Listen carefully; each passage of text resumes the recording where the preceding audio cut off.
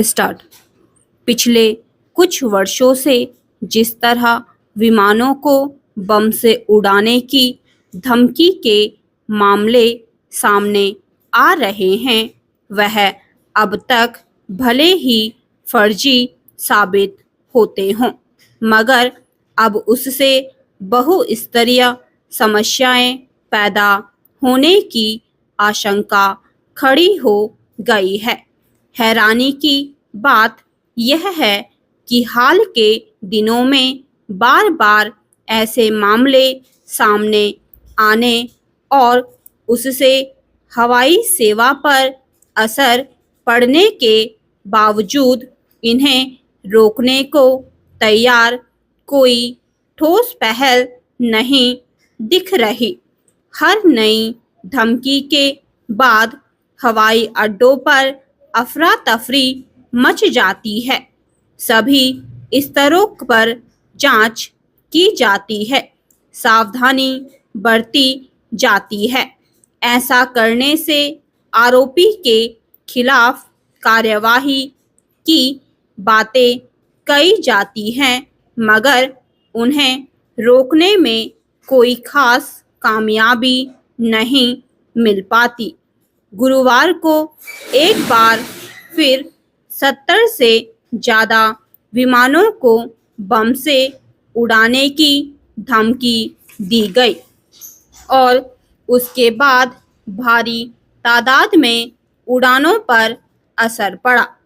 इसमें air India, Indigo, Vistara और आकाशा के विमान शामिल हैं। कई विमानन कंपनियों ने यात्रियों को सुरक्षित उतार दिया। उसके बाद विमान की जांच और इस क्रम में उड़ान में देरी से लेकर यात्रियों को होने वाली अन्य परेशानियों का अंदाजा लगाया जा सकता है। हालांकि यह स्वाभाविक है कि इस तरह की धमकियों के बार-बार गलत साबित होने के बावजूद अगली धमकी के बाद फिर से समूचे तंत्र को सक्रिय होना पड़ता है और उसमें किसी भी स्तर की लापरवाही नहीं बरती जा सकती। मगर यह समझना मुश्किल है कि फर्जी धमकी देने वाले पिछले कई दिन से ऐसा करने में कैसे कामयाब हो रहे हैं।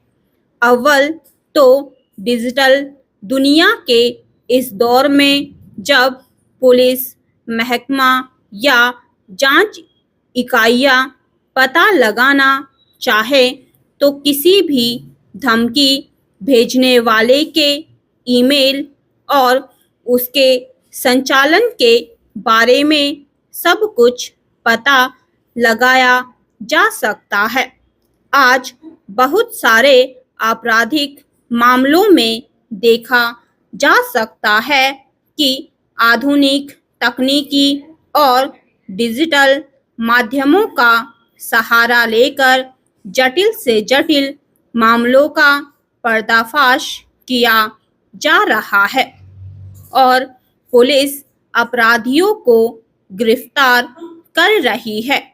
मगर विमान को बम से उड़ाने की धमकी देने वाले पिछले कुछ समय से लगातार यात्रियों को डराने और विमानन कंपनियों को बड़ा आर्थिक नुकसान पहुंचाने की अपनी मंशा में कामयाब हो रहे हैं।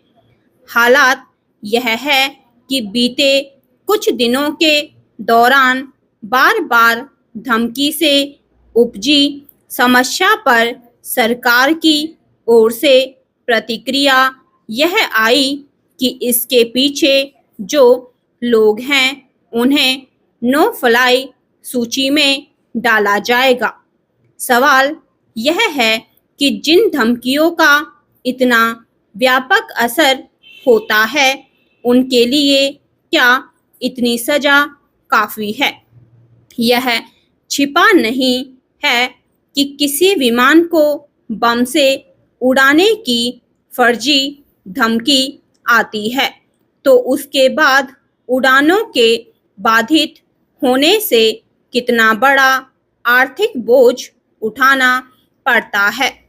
इस नुकसान का खामियाजा भी प्रकांतर से आखिरकार यात्रियों को ही उठाना पड़ता है। इसके अलावा विमान से सफर करने वाले यात्रियों के मानस पर इसका गहरा असर पड़ता है। भावी यात्रा को लेकर उनके भीतर डर बैठ जा सकता है और इस तरह जिन विमान सेवाओं को बेहद सुरक्षित माना जाता रहा है उन्हें लेकर व्यापक पैमाने पर एक असुरक्षा बोध गहरा हो सकता है। स्टॉप।